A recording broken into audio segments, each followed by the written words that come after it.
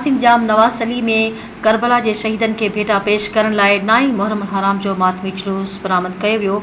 Security जा इंतजाम इंतहाई सख्त कया विया आहिनि। पेश आहे सलीम लस्कानी जी हीअ रिपोर्ट।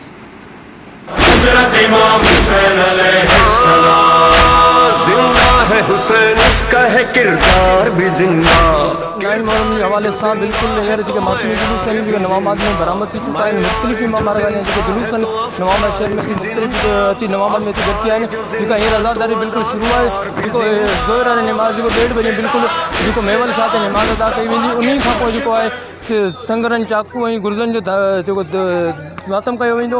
हुन हवाले सां जेके हिते मोमिन जेके अॻवानी करे रहिया मीर अली अकबर लिस्काणी ऐं इरफान अली लिस्काणी हुननि सां ॻाल्हि ॿोल कंदासीं। सिक्योरिटी जे हवाले सां आला अफ़सर खां जेको आहे इंस्ट्रक्शन मिलियल आहिनि ऐं तमामु सख़्तु सिक्योरिटी आहे। हिन वक़्तु DSP जाम नवाज़ अली आहे, ऐं SHO आहियां। उन खां पोइ 2 सब इंस्पेक्टर आहिनि, 3 AS आहिनि, 3 जमादार आहिनि, 25 जवान आहिनि, 2 मोबाइलूं अॻियां आहिनि। साइड मां जेको आहे सो नफ़री रखियल आहे, साइड में आहे। पोयां बि 2 मोबाइलूं आहिनि ऐं सिक्योरिटी जेको आहे सो अरेंजमेंट तमामु सख़्तु आहे। सो जुलूस में फुल तरीक़े सां मिलियल आहे।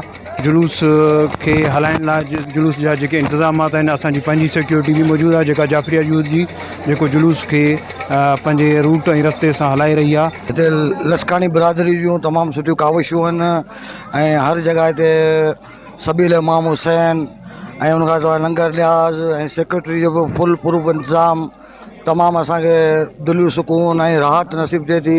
रीमो करबला जो वाक़ियो हिकिड़ो मौज़ो आहे जेको हुतां हयात जारी वो सारी आहे।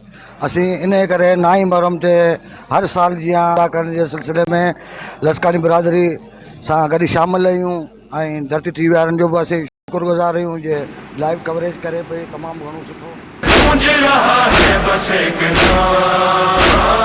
हज़रत इमाम हुसैन अलैहिस्सलाम।